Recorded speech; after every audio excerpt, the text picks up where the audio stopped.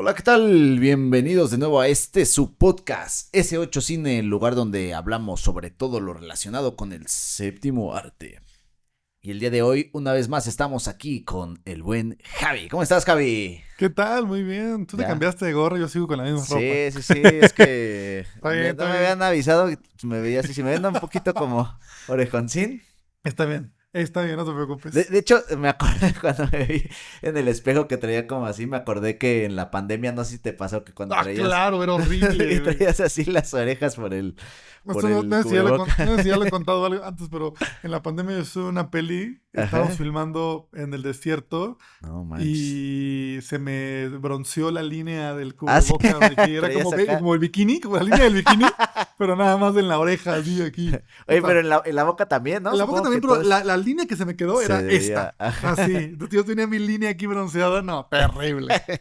Pero muy bien, Javi. Cuéntanos hacia dónde nos lleva la historia del cine en esta Bueno, ocasión. como podemos ver un poquito aquí en la pantalla, hoy vamos a regresar hacia el cine hollywoodense. Ujú. Hoy, después de esta desviación que tuvimos, ¿no? Esa pequeña ramificación que tuvimos en la sesión pasada, vamos a platicar de, ok, regresemos a Hollywood, regresemos a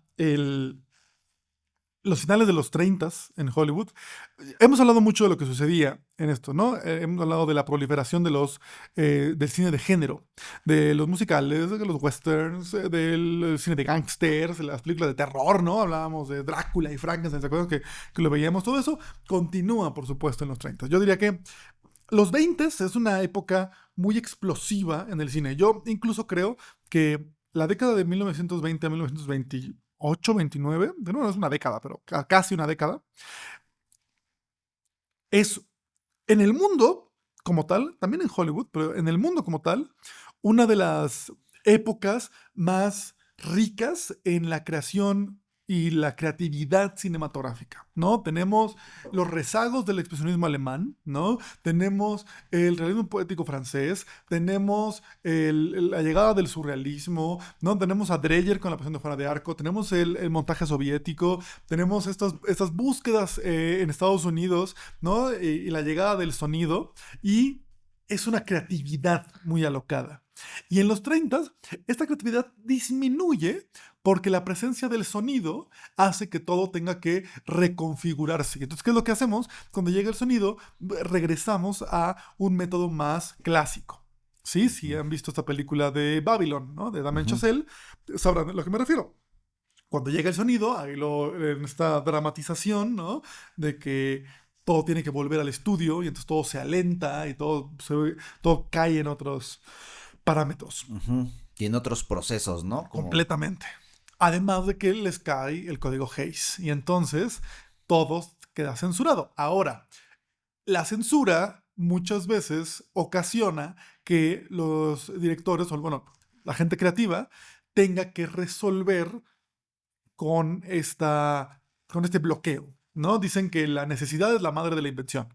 Y entonces, cuando realmente necesitas explicar esto que está sucediendo, pero te bloquean de otras maneras, entonces necesitas encontrar la manera para explicarlo de una manera sutil y de una manera no obvia. Ujú. Y eso ayuda a que pues, te vuelvas creativo, ¿no? Si no te vuelves creativo, no lo vas a lograr.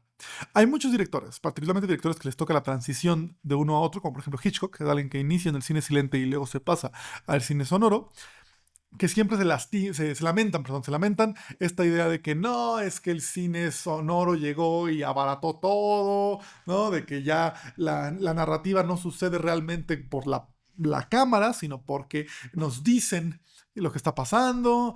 Y en su parte, tiene razón. En su parte, muchas películas empiezan a decir, súper, ya no tengo que romperme la cabeza de cómo le explico a la audiencia que sucede esto. Ahora nada más un personaje tiene que decirlo, Ujú. ¿sabes? De, oh, Dios mío, lo va a matar. Y Ajá. entonces vemos a un tipo. Entonces, oye, ya se explica completamente. Y eso es cierto. Las malas películas lo hacen. Pero no todas las películas sonoras son malas películas, Ujú. ¿sí? Empieza a haber esa transición hacia un lenguaje algo más avanzado. Y quería empezar con nuestro amigo Mickey, ¿no? El Mickey Mouse. Hay un saque Eh, Mickey el, del el viaje Mickey, del el viaje del cineasta que cineasta. pueden ver aquí Porque si no arriba. han visto el viaje del cineasta, un viaje donde tres aspirantes a cineastas empiezan desde el guión hasta la proyección de sus películas. Aquí arribita les dejamos el link para que lo vean.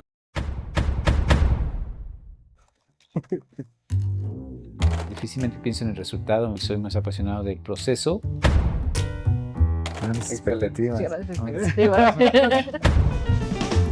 Me gusta ver la vida como si fuera una película, ¿no? Crear esas ficciones que son anhelos que él tenía desde niño, ¿no? Me brinca ahí los tirantes. Quiero representar que es como la forma en la que él se va a vestir elegante. Que el público conecte con el personaje. Al público no le importan las penurias que sufriste por lograr eso que está ahí. Porque está padre ya cuando me lo explicas, ¿no? O sea, ya Claro, cuando pero lo tú explica, no vas a explicar Sí, todo claro. al público. Yo sugeriría que tuviera un poco de cuidado. Mamá es la que la engaña, ¿no? Sí, yo estoy completamente de acuerdo contigo. Está algo fuerte.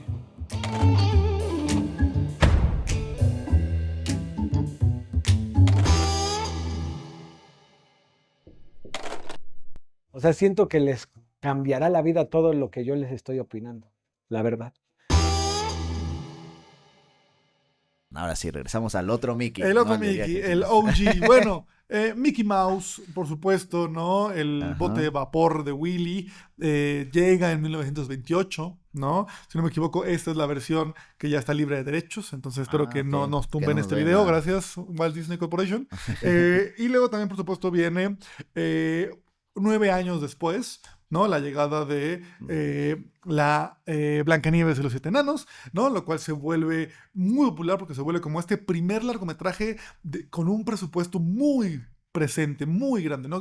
No es para nada el primer largometraje animado o película animada, ya hay películas animadas anteriores, por supuesto, pero Blancanieves se vuelve como esta primer gran presencia de la animación como tal, tanto que me gusta mucho que le dieron un Oscar conmemorativo. No existía, por supuesto, el Oscar a Mejor Película Animada, para nada. Esto pasó hasta los 2000 y tantos, si no me equivoco. Creo que Monster Inc. o Shrek o esas fueron de las primeras películas. Alguien dejará los comentarios aquí porque la gente de animación luego está muy presente en esto del cine, pero recordarán que el Oscar a Mejor Película Animada no sucedió hasta este siglo. Pero Órale. esta película fue tan especial que le dieron hasta su propio Oscar conmemorativo, el Sus Oscar con Oscaritos. sus siete Oscarcitos, Ajá. ¿no? Lo cual es muy interesante. Pero Oye, imagínate que de repente en un futuro no muy lejano haya el Oscar a Mejor Película creada con inteligencia artificial, ¿no? Oye. Puede ser. Oye, qué miedo, si no es que ya lo hay. Sí, aguas. Pero sí, no, por supuesto, porque esto va, esto digo, ya se están agregando Oscars nuevos, ¿no? Este año finalmente, después de mucho tiempo que la gente lo pedía, Oscar a Mejor Casting, Ujú. ¿no? Hay gente que sigue pidiendo Oscars a los mejores stunts. Órale, Por ejemplo, está digo, bueno. hay una ceremonia de premios del gremio de Stones para eso, Ajá. que es muy padre ver eso, porque siempre ves a los, pues sí, los güeyes que se Ajá. parten la Y madre gana para Tom esto. Cruise, ¿no? No, ni siquiera. Sí, Jackie Chan le gana. No, se pelean ellos dos. No, pero sí hay como, así, el mejor choque, ¿no? Luego dan ahí. No, Órale, es una no cosa muy sabía, padre, qué es una chido. cosa muy padre. Pero es el que están pidiendo, ¿no? Entonces, Ajá. no me sorprendería. Los Oscars han tenido muchos cambios, ¿no? Antes daban Oscar a mejor fotografía en blanco y negro y mejor fotografía a color. Órale. Y luego ya lo combinaron en una sola Yo categoría. sigo pensando, digo, no sé, digo, igual y aquí ya me estoy metiendo en Ya, en funado. temas funados. Pero yo pienso que la mejor interpretación debería ser, desde mi punto de vista, entregada unisex. Ajá, como que. Te entiendo. ambos. Hay muchos Yo festivales pienso, que ya no lo sé. están haciendo así. Hay varios ok. festivales que ya lo están haciendo de mejor interpretación principal, mejor interpretación secundaria. Hay un par de festivales que lo están haciendo en terror. Creo que incluso se volvió medio meme que este año en un festival de terror hicieron eso, de mejor interpretación principal en una película de terror, y ganó un perro. ¿Sabes? Sí, porque La de- ganó sí, el del cierto, Good Boy, sí, sí. el perrito de Good Boy. Ajá. Y todos estaban como de, o sea, qué padre, sí, qué chido, pero no más. Pero ¿para qué se le- Pero está complicado que el primer año, como para quitarse el que así no de que vaya a haber de que no haya bronca, bronca, ¿no? ¡ay, con el perro! ¡Qué padre! Digo, está padre, me gustó mucho esa peli del perro, pero sí digo, está Sí, bien, como que. está bien. Ok, entonces, ¿qué es lo que sucede aquí? Quiero que platiquemos hoy de 3 películas en particular. que están llegando al final de la década de los 30, creo que nos ayudan a entender un poquito el progreso del cine durante esta década, ¿no? Porque la semana pasada hablábamos del realismo poético francés, hablábamos de Cocteau, hablábamos de Vigo, hablábamos de estos inicios de los 30 y esta búsqueda, y por eso los 30 a mí me parece una década complicada, porque es una década de muchos cambios políticos en el mundo. Por supuesto, es el auge del nazismo, ¿no?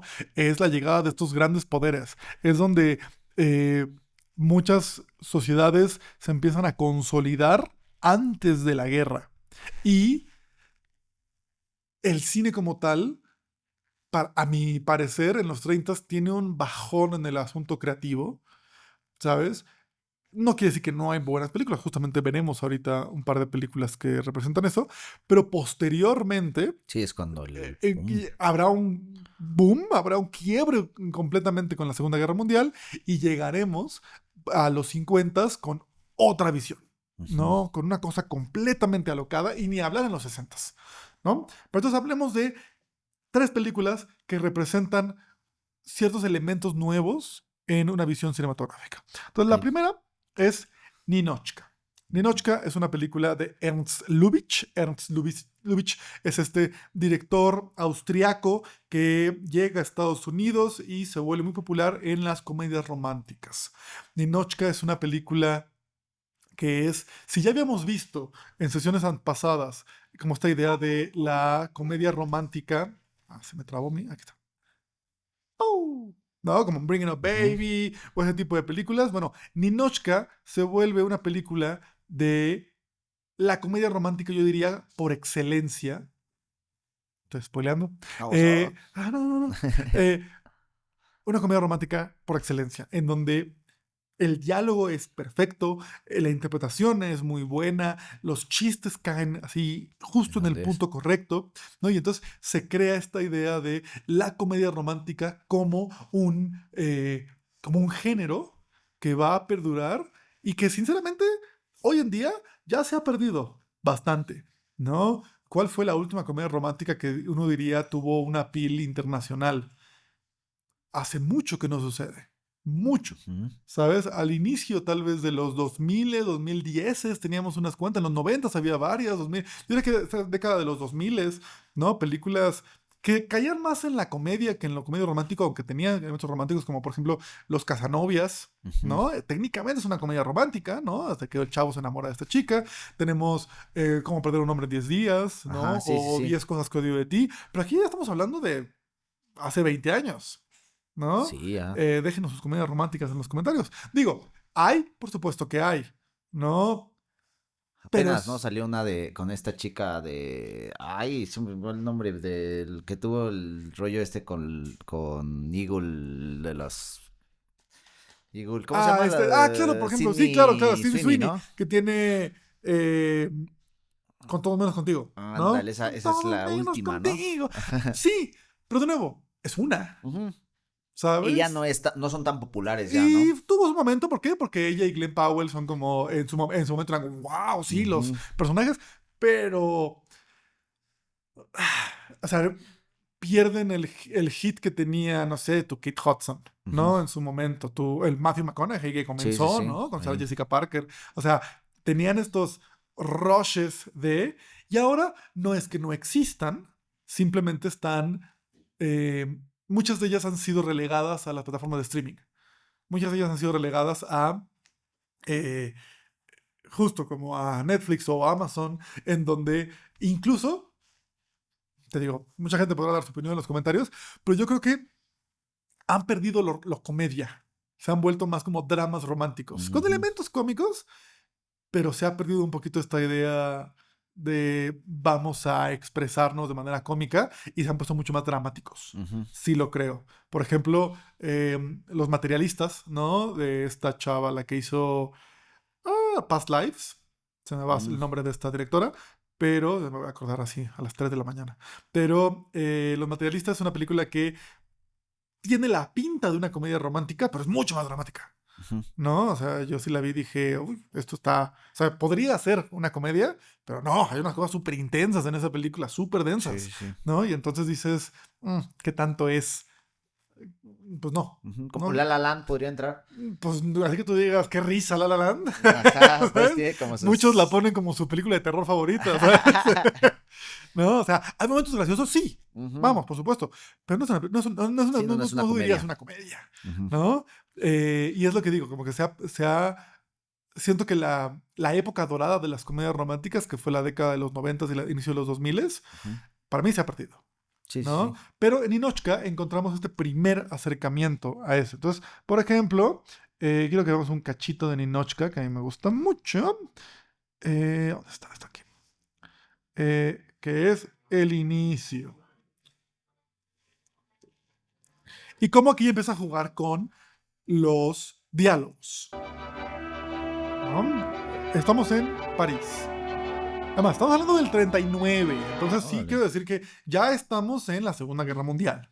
¿No? O sea, oficialmente no se supone que es cuando Hitler invade Polonia, lo que digas, pero ya estamos como en esta idea de hay problemas Está en Europa. tenso. Entonces aquí dice, estamos filmando en París. ¿Pero qué dice aquí? Dice, esta historia ocurre en París, durante esos días maravillosos en los que una sirena era una chava y no una alarma. En donde un francés, si un francés apagaba la luz, no era por ataques aéreos. Así diciendo como de, si alguien apagaba la luz en la alcoba, no era porque había aviones arriba. ¿Sí? Y entonces entramos a un hotel. De nuevo, censura, guiño, guiño. ¿No? Vemos cómo la cámara se mueve. La música cómica. Matthew McConaughey. Sí, claro. Is there anything I can do for you, monsieur? No.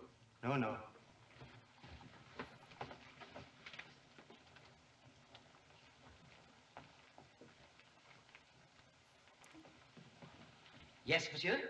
Just looking around.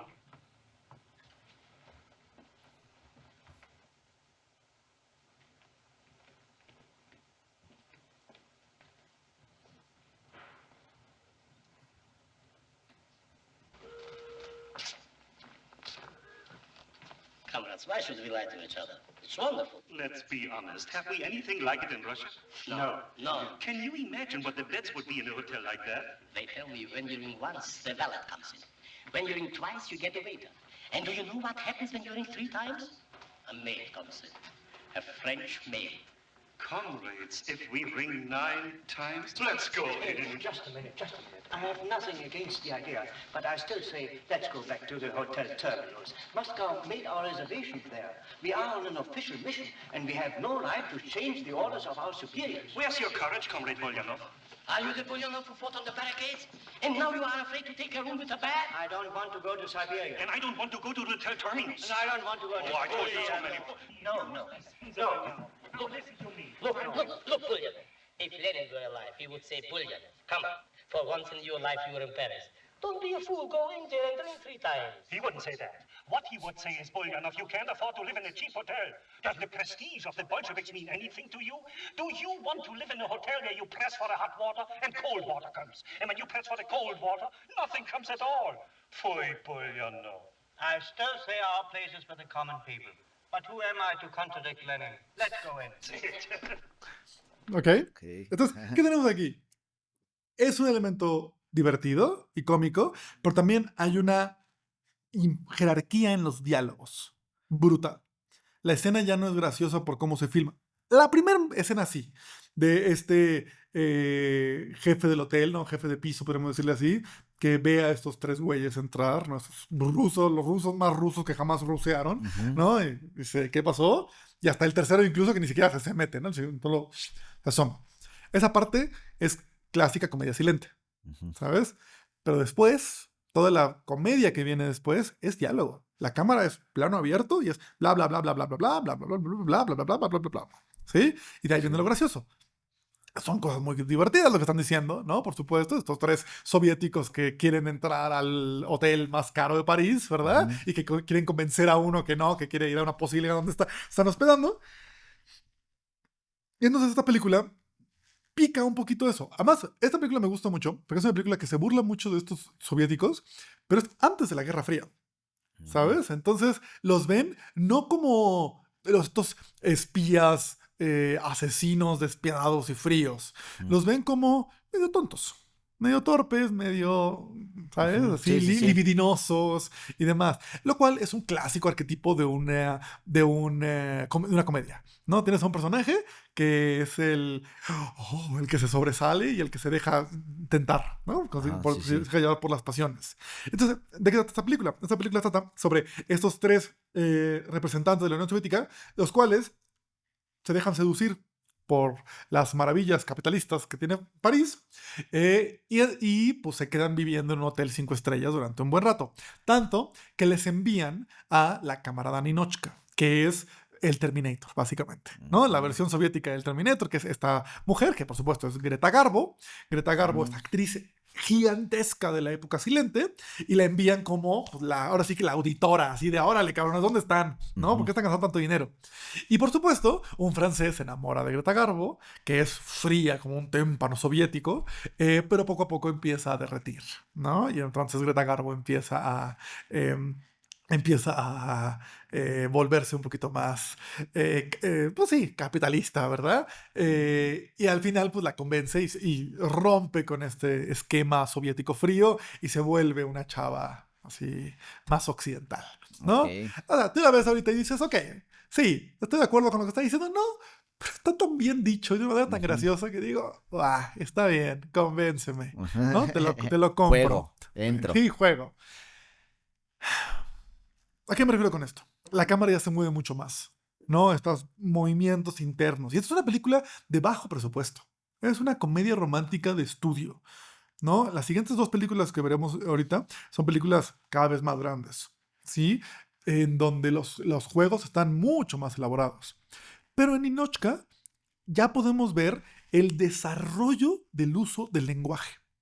Nada más en estos juegos, ¿no?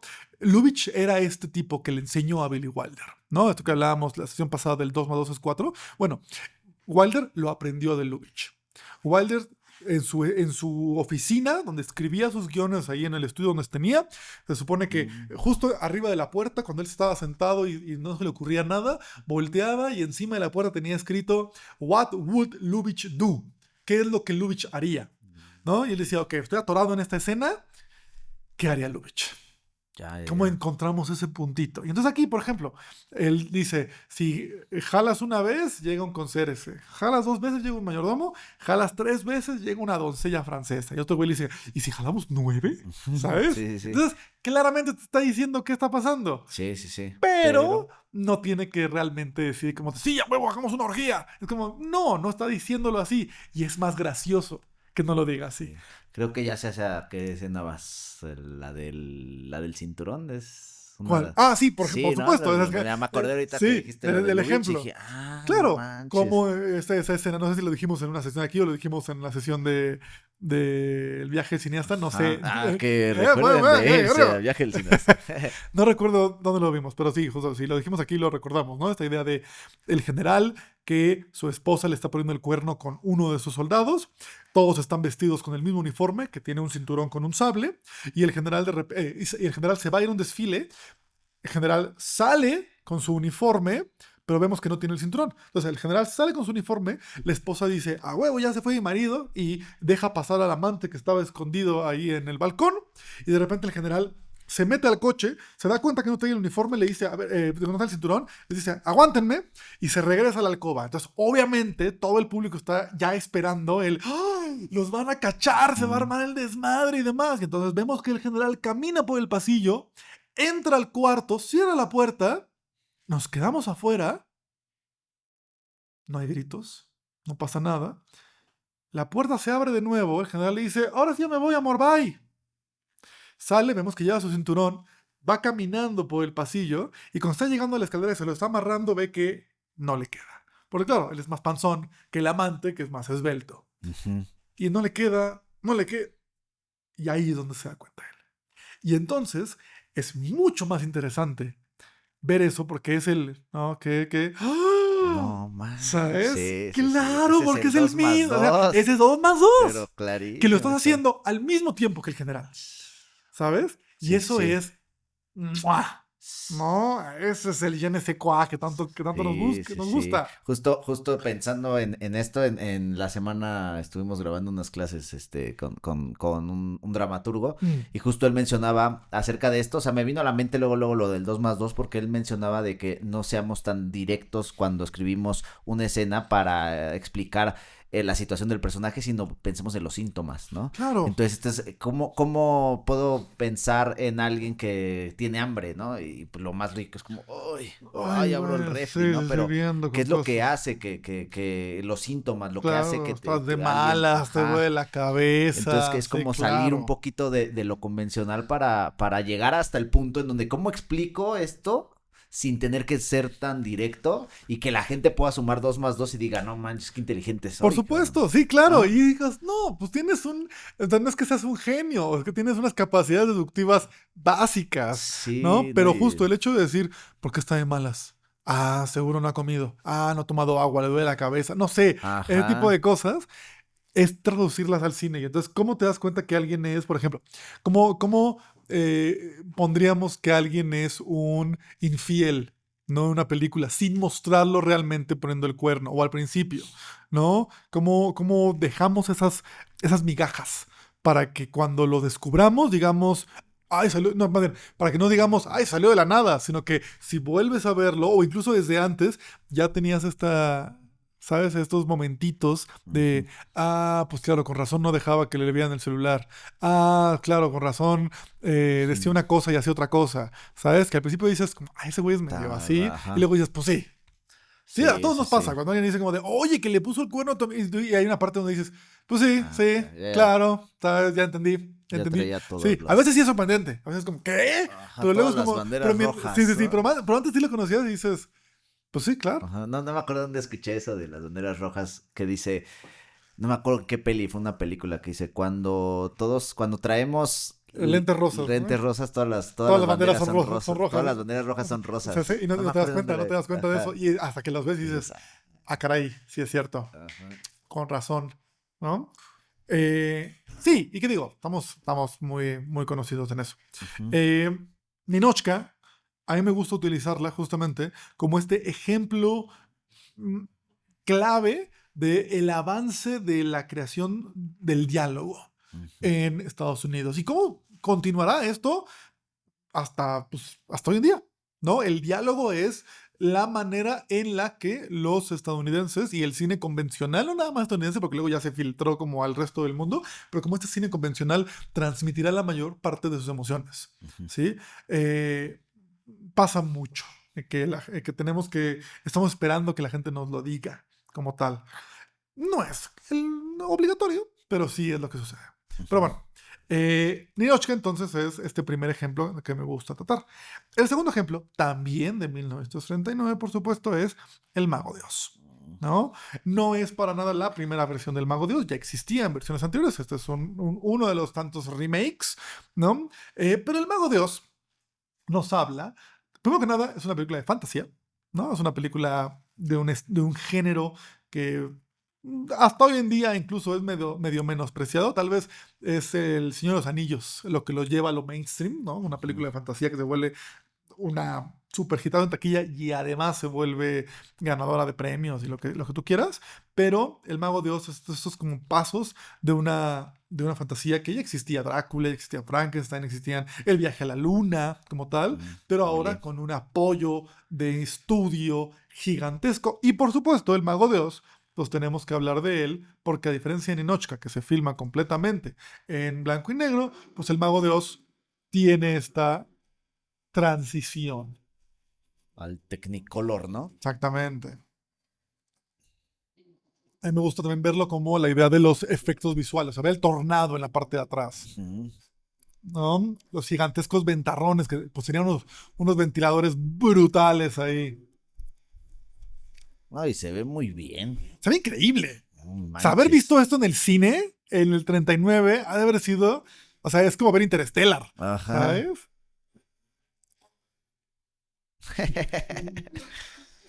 Los pavos y gallinas salen volando. La abuelita con su chambrita. Con el gatito además ahí.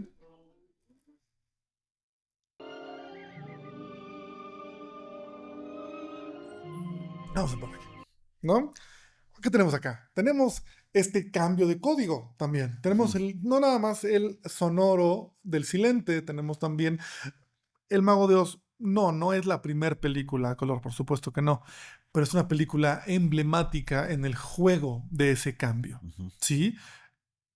Cuando estamos viendo estos cambios en cómo se construye una historia fílmica, estamos experimentando nuevas maneras en las que podemos utilizar el lenguaje para para expresarnos, ¿no? O sea, lo que me gusta mucho del cine y del arte como tal es que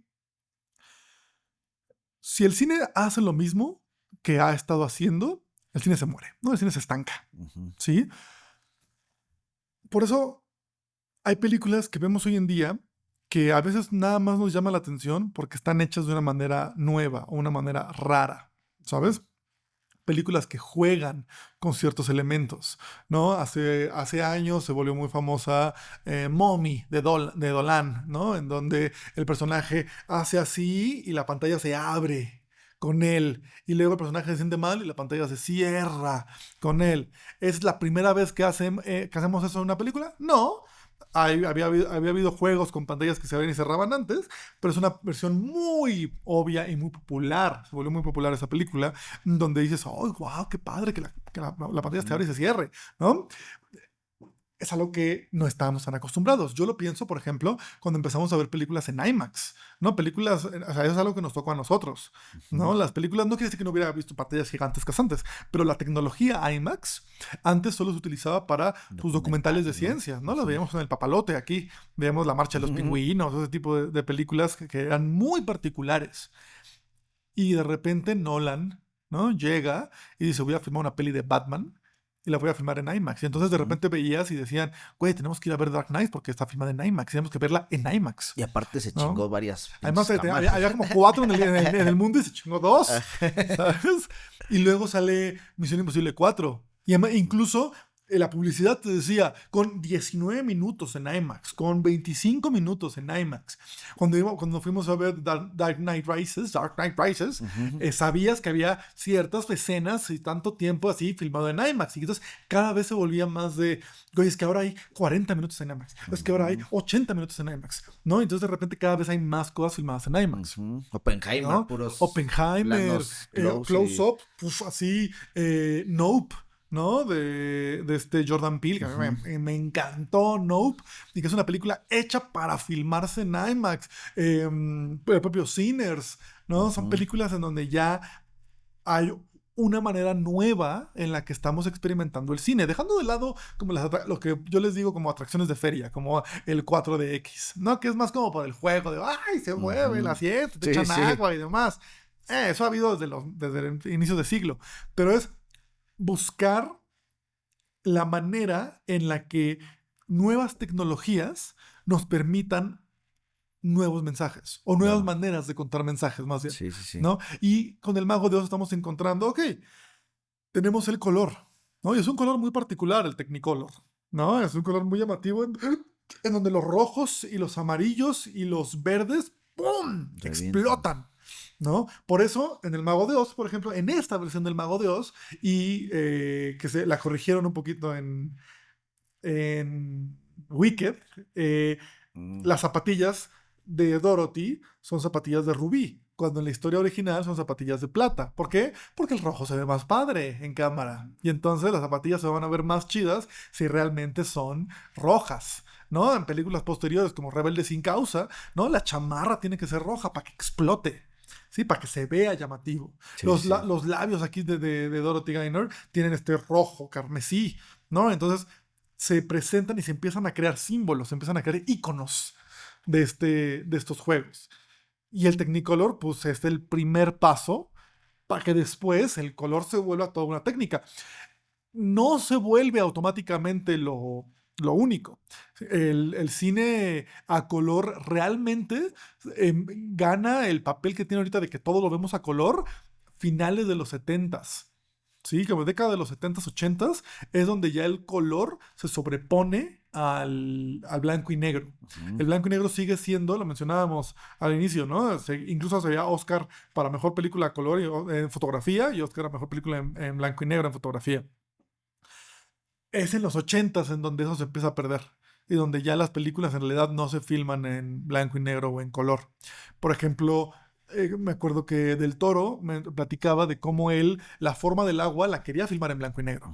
Era su plan, porque era un homenaje a las películas de los monstruos de los 30s y por supuesto el estudio le dijo, mira, te doy, así digamos, no estoy parafraseando, pero te doy 10 millones para que la hagas si la filmas en blanco y negro y te doy 20 si la filmas a color.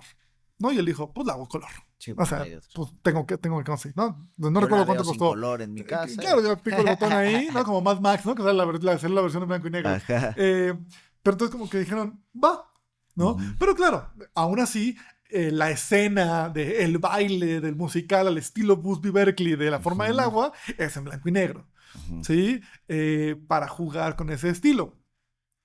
El cine blanco y negro ya no se utiliza realmente como una... O sea, ¿cómo decirlo? Antes toda la película era en blanco y negro. ¿Sí? La película que existía en blanco y negro, a menos de que tú pintaras a mano o que utilizaras una tecnología muy particular, ¿sí? Como los Lumière, como Méliès, como Edison incluso, ¿no? Y después llega el color y te presentan estas dos posibilidades. Y uno dice, ok, pues ¿cómo filmo? ¿Como la tradición del blanco y negro o como percibimos el mundo, que es a color?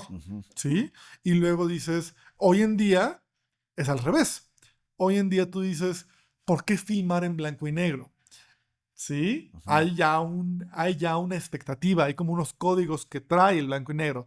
Se va a ver viejito, se va a ver artístico, se va a ver...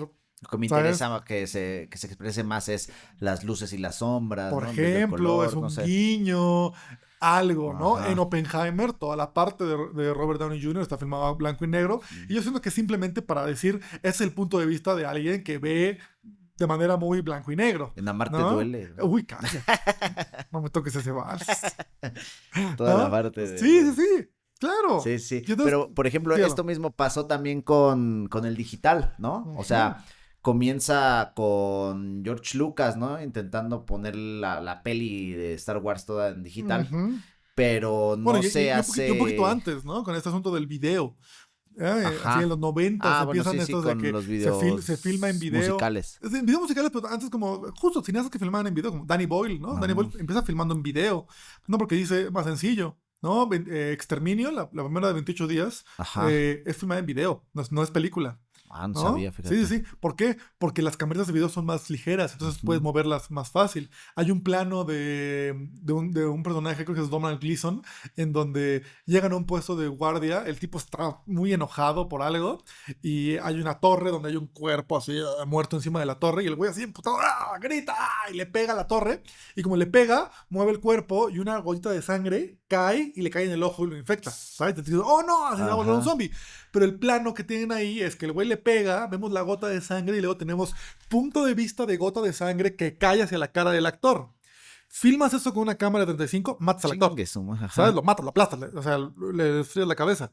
Filmas eso con una Handycam, una cámara digital de video, mucho más sencillo. ¿Sabes? Ese tipo de planos, entonces, ese tipo de tecnología nueva permite que puedas explorar nuevas maneras de filmar. Sí, el digital te permite otro tipo de cosas. Todas las películas de Fincher, ¿no? A partir de ¿qué? De Zodiaco, si no me equivoco, son las películas que empiezan a filmarse de manera más digitalosa, donde empieza a jugar la corrección de color. Cambia completamente cómo funciona. Roger Dickens habla de cómo a partir de esta película de los Coen, de ¿Dónde estás, hermano? Es la primera película en donde hay un proceso, o sea, es una película que filman en película, pero que el proceso de corrección de color es digital. Ya no es químico, es algorítmico, ¿sí? Y es un cambio en el paradigma, ¿no? La creación de efectos visuales, por supuesto, ¿no? Desde los 70s, claramente con Lucas, pero seguían filmando en películas, simplemente había un proceso digital posterior para la creación de los efectos. Pero el resultado seguía yendo a un celuloide. De repente ya llegamos a películas filmadas completamente digitales. Y pues el parteaguas es Avatar, de Cameron. ¿No? Avatar, que es una película sin un solo fotograma. Ujú. Y de ahí, vámonos. Sí, ¿No? sí, Hasta sí. hoy en día. Y hoy en día hay películas, deja tú sin fotogramas, sin cámaras, ¿no? Películas, digo, la animación ya lo ha hecho desde antes, ¿no? Jonas Mekas o, no, era Brakhage, Stan Brakhage, que él filmaba sin cámara. ¿Cómo hacía eso? Agarraba negativo y lo rayaba. Así él estaba en su casa, en su covacha, y rayando, haciendo dibujos, gestos, así, haciendo formas y demás. Y cuando ves las Lo películas de proyectabas. Brakhage, son una cosa muy rara, porque son como líneas y colores y demás. Está filmando sin cámara, ¿no? Hay una película que nunca pasó por una cámara, ¿sí? Experimentos, Ujú, de sí, nuevo, sí. juegos. ¿Qué podemos aprender de ellos? ¿Qué nos mueve? ¿No? Hay películas sin narrativa, ¿no? Tenemos a Warhol filmando el Empire State, ¿no? Hay gente que diría, eso no es cine. Bueno, o sea, Sí, sí, sí. ¿qué importa? ¿No? Lo que importa es de que existe, Sí. está. ¿Nos gusta o no? Bueno, cada quien, ¿sí? El cine digital y, por supuesto, ahorita las inteligencias artificiales generativas, ¿no? Sí, sí, Y sí. cómo cada vez hay más presencia de ellas en el proceso creativo fílmico, ¿no?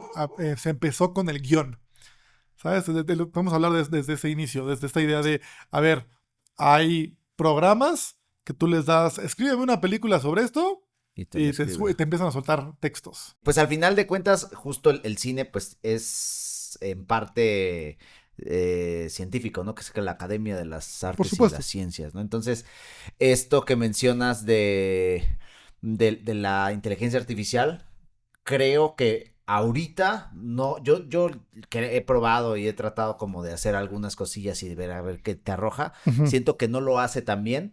Pero lo mismo, como mencionabas, con el color, o como lo mencionábamos con lo de los diálogos, ¿no? Ujú. Es como un proceso en el cual la ciencia se va adaptando y nosotros estamos experimentando con Por el avance supuesto, científico. además de que los generadores de imágenes de inteligencia artificial han dado un paso gigante en los últimos años, incluso meses, ¿no? Las imágenes que veíamos a inicio de 2025, con las que veíamos al final, con las que vemos incluso hoy, que han pasado un par de meses, cada vez son más impresionantes y cada vez son más... Sí, es eso, impresionantes. No quiere decir que me gusten, ¿no? Sinceramente no me gustan aún y tampoco me gusta como el dilema moral, ¿no? Y Sí, ético sí. que hay en su implementación, y su implementación ya sea de los recursos que necesitan y también de lo artístico. En particular, siento que... Ay, es que es un tema muy complicado. Porque llegó, ¿no? Llegó y se va a quedar aquí porque a las altas esferas y a las personas que quieren generar ingresos es algo que se les facilita mucho, Ujú. esa implementación, ¿no? Todos sabemos que el arte no genera dinero, ¿no? O sea, el objetivo del arte no es generar dinero. Claro. No, el objetivo del arte no es ese. Puede ser Se genera, una sí, causa, claro. puede que no, pero el arte no es eso, no es un simple mercantilismo. ¿Es parte de? Sí, Ujú. por supuesto. Sí, pero ¿no? el No arte vamos a existió negar. desde antes de eso, ¿no? Pues es que siempre, o sea, depende a quién le preguntas, ¿no? Si le preguntas a un marxista te va a decir, no es cierto, siempre hubo ahí, ¿no? El trabajo, ¿no? La idea del Sí, trabajo sí. y la idea del comercio y Bueno, la idea pero de por eso. ejemplo, si te vas ¿no? hacia las pinturas rupestres, Claro, pues también en la pintura de repuestos había intercambio, había trueque. te voy a hacer ¿Sabes? un... No, deja tú eso, pero había como de esta roca por esta cosa. Sí, claro, claro. ¿no? Sí, sí, Entonces, desde siempre ha habido esos impulsos y siempre ha habido este elemento. Si nos vamos a nuestros artistas favoritos en la historia, muchos de ellos pues trabajaban para Sí, gente sí, con sí. dinero. Es ¿No? como Trabajaban en Miguel las Ángel, ¿no? cortes, con los papas, Claro, para claro. reyes mercantiles, ¿no? Es este arquetipo, más bien como estereotipo que se tiene del artista, que es el artista muerto de hambre, ¿no? Ujú. En donde, pues sí, tenemos que de repente a veces trabajar en cosas que no nos gustan para poder dedicarnos al arte, ¿no? Y cuando alguien, siempre pasa, ¿no? Pasa mucho en la música. Cuando alguien es fan de un grupo y le va muy y ese primer disco es muy bueno, y el segundo es que ya se vendieron. Ajá, Y digo, sí. pues claro quieren Claro. ganar dinero. Hay unos que dicen, no, es que ese güey jamás se vendió. Digo, pues sí, pues ese güey no tiene mucho dinero y hace ese tipo de cosas. Sí. ¿No? Cada quien. Yo, Sí. o sea, yo no soy nadie para decirle a alguien, no consigas dinero para comer, no consigas dinero para pasar. ¿No? A fin de cuentas, yo soy un artista también.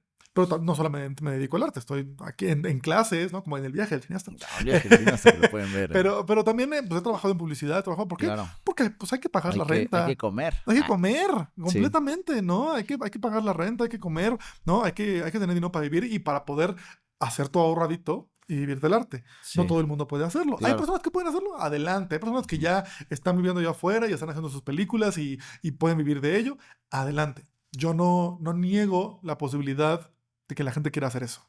Lo que sí hay que establecer es de que las personas que solamente le interesa el dinero son personas que entonces van a encontrar la manera más eficaz para conseguir ese dinero. Claro. ¿Sí? Puede que no sea la manera más correcta o la manera más socialmente buena onda, pero la inteligencia artificial generativa está haciendo esta posibilidad, esta idea de puedo no pagarle a un guionista, ¿sabes? Y esperar meses en los tratamientos, sino puedo picar un botón o puedo decirle a alguien que escribe prompts, ¿sabes? Que me cobra menos, escríbeme estos prompts para que me den esos elementos. Que ojo, no es un artista, ¿no? Es alguien que exige prompts, escribe prompts. Sí, es que Yo sé que aquí me van a funar la gente que escribe prompts y ya somos artistas.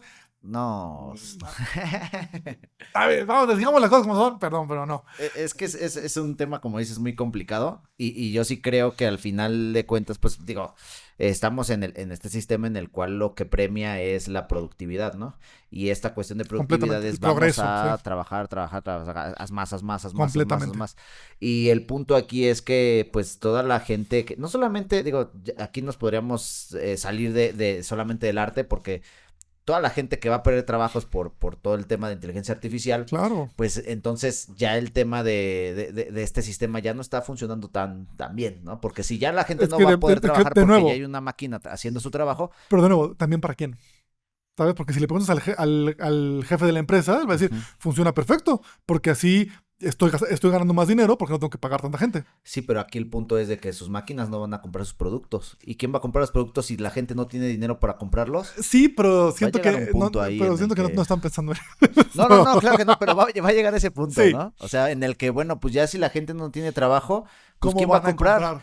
Y dicen que se van a cobrar o sea, que una de las respuestas es, voy a cobrarle yo gobierno al empresario ¿cómo se llama? Un impuesto para que le podamos dar ese dinero a las personas. Personas, es como, pues, no tiene sentido porque entonces yo me estoy comprando, o sea, el empresario se está pagando a sí mismo. Es un círculo completo. Ya no funciona, ¿no? No. Estoy completamente de acuerdo, ¿no? Se está creando una inflación y la propia inteligencia artificial además está creando una burbuja en donde las compañías se compran cosas entre ellos. Sí. Digo, y al final no es que esté bien o que esté mal, como mencionas, pero está acelerando ese proceso. Y también depende desde qué punto de vista lo estás juzgando. Sí.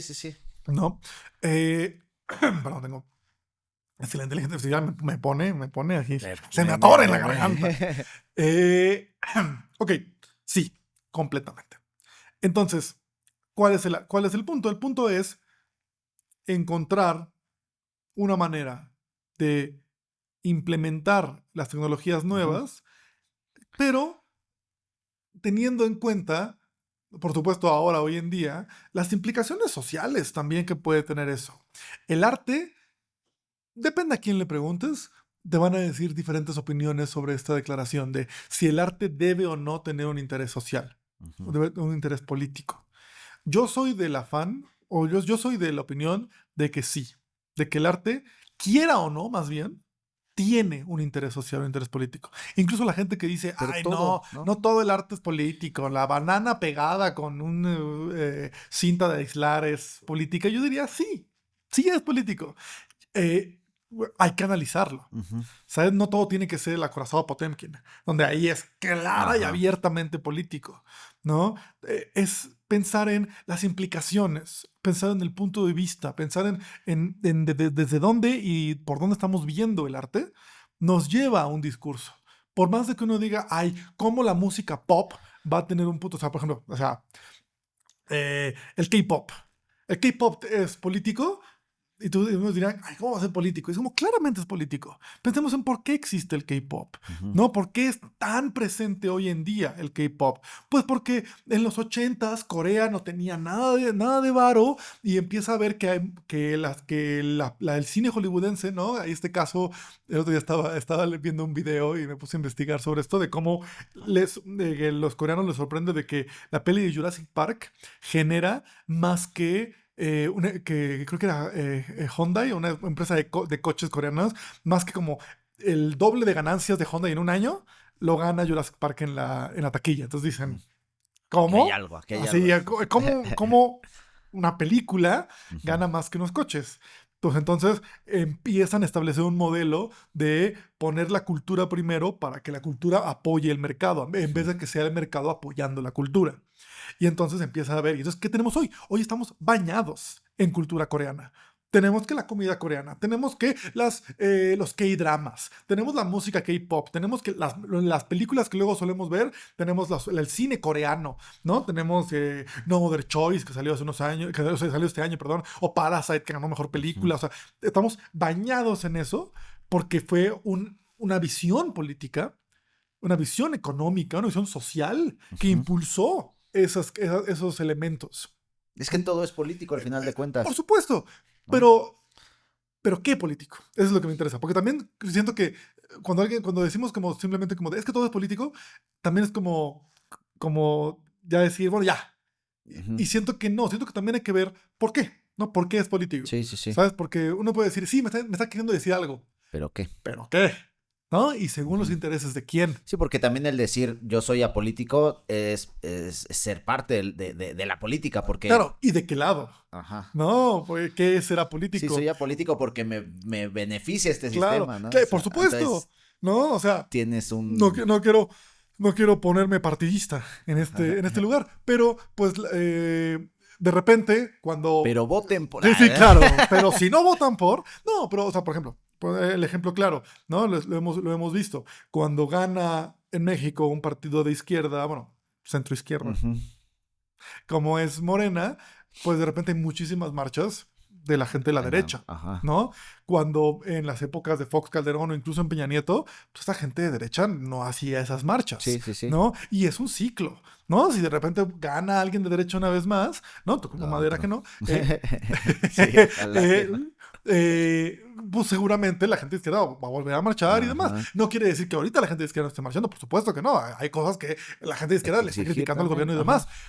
Pero es como esto de cuando hay estos memes, ¿no? De que si criticas a Morena llegan los panistas como de ¡a huevo! Y es como, no, tampoco. Con su bandera de Luffy. Sí, con su bandera de One Piece. No digas que Cheque se enoja. Pero decimos como de, no, tampoco. ¿No? O sea, una cosa no es otra cosa. Pero, ¿cómo podemos decir eso? Pues si realmente tenemos un interés y estamos en las búsquedas. ¿Cómo llegamos a esto hablando del Mago de Oz?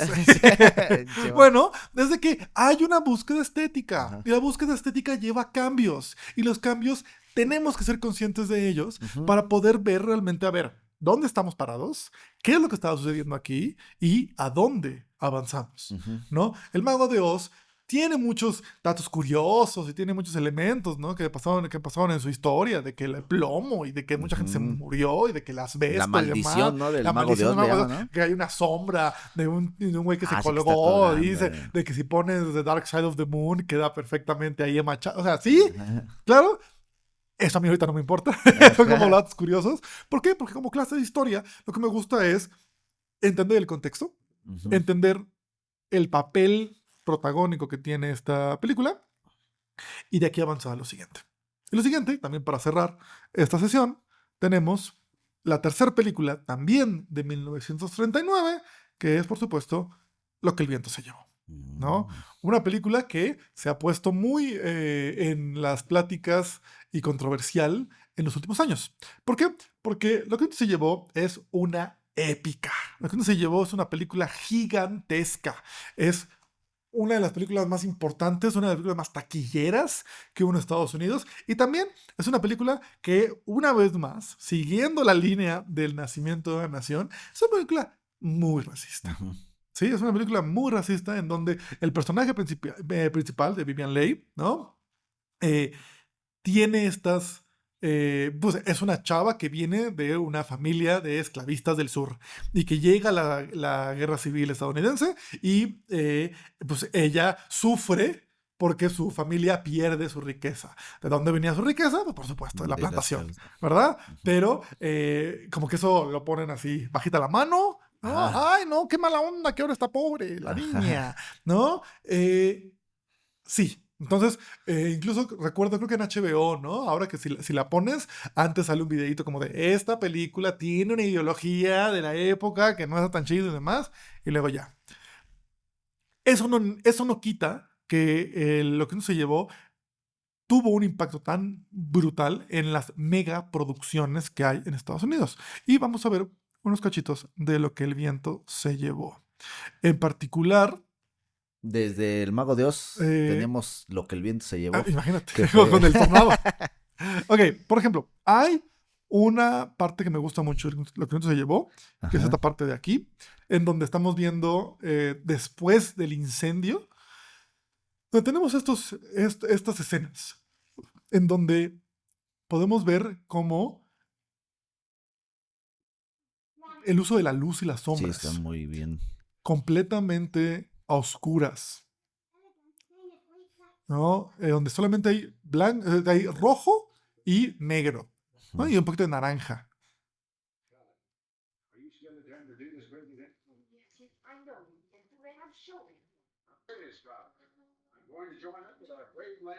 Vemos cómo él está hablando de que se va a ir a unir al ejército confederado, ¿no? Al ejército de los esclavistas perdedores. Pero lo filman como si fuera algo así romántico. Es como la cámara poquito a poquito se empieza a acercar. Mientras más aumenta la emoción el diálogo, y ahora tenemos estos planos.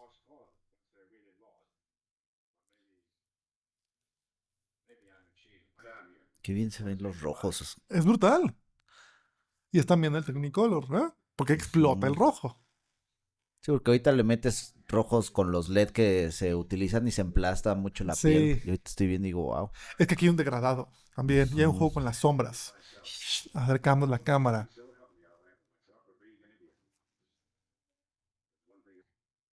Aquí todo está negro. En negro aquí un filito de luz.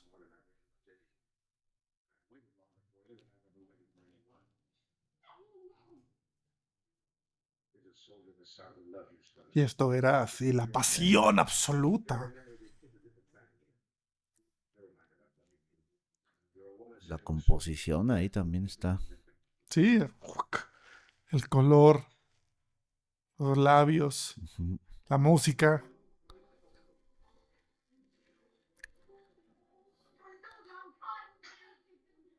El sonido de la cachetada. Ok. Y ahora quiero que veamos el uso, una cosa que me gusta mucho a mí, que es el uso de uno de los planos emblemáticos de esta película, y el uso de la tecnología y cómo va avanzando ¿no? Tenemos este momento muy al inicio de la película, ¿no? Ella más niña con su papá y que le quiere explicar el valor de donde están. El valor de la tierra. Tenemos estos planos.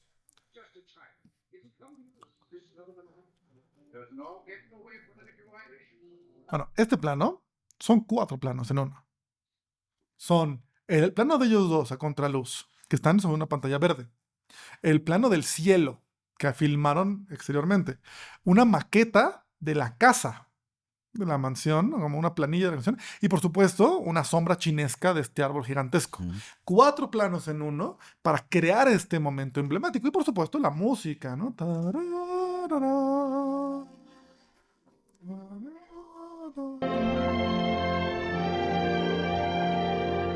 Después de ahí nos pasamos a cuando ella llega a su casa, justo después de la escena que vimos al principio, ¿no? Que finalmente logra llegar a su casa y tenemos este momento aquí donde está completamente en la miseria. Pobrecita. Hombre, ¿no? Ya no tiene dinero. ¿Por qué? Guiño, guiño. Ya no come tiene una zanahoria esclavos. que encuentra ahí.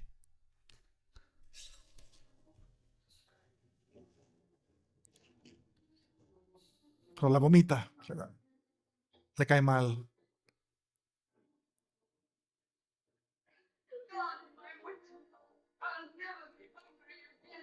Una vez más. La música vuelve diferente, más grave. El árbol ya. El árbol está muerto, ¿no? El árbol ya no tiene flor. Ya no hay una casa.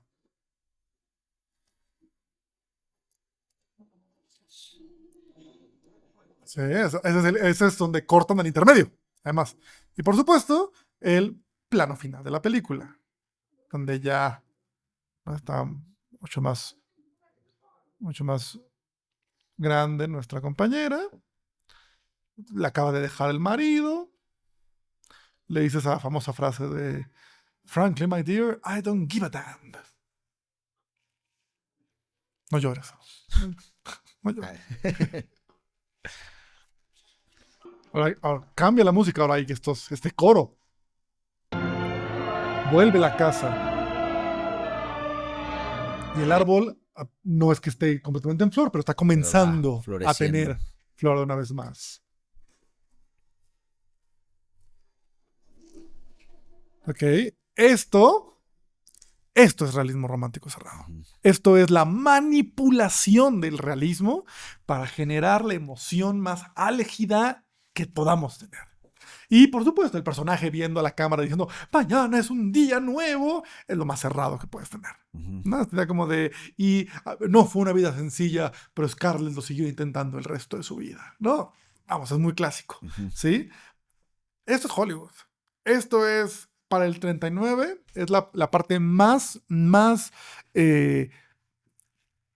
emblemática del sistema hollywoodense. ¿Sí? Y eso va a complementar muy bien las últimas dos películas que veremos de este bloque, que pues las veremos en la sesión que viene, que son La Diligencia, del compañero John Wayne. ¿Cómo se llamaba? Se llamaba Marion Mitchell Morrison.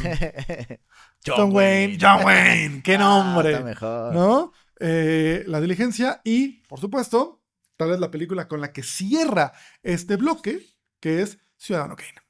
¿No? La mejor película de la historia. Ya ¿no? hablamos también de Ciudadano hemos Kane. Hemos hablado. Para que vayan aquí arribita, está Ciudadano Kane. Con esas dos cierra este bloque y podemos movernos al cine de los 50 y al cine de los 40 también en otros lados del mundo para ver qué está pasando.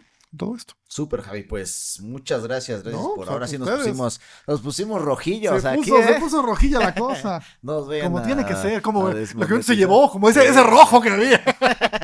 Nos pusimos rojillos hasta en las películas. Hay que cambiar la luz aquí, la luz azul. Rojo. Pero muchas gracias, Javi, gracias por este capítulo del día de hoy. Y ustedes igual ahí comenten, déjenos sus likes, Si nos suscríbanse. pusimos muchos rojillos también, díganos si nos ponemos más rojillos la semana que viene. Nos vemos entonces en la siguiente, Javi. Muchas gracias por todo. Aquí estamos. Y seguimos aquí en S8 Cine. Nos vemos a la próxima. Cambio fuera. ¡Ah!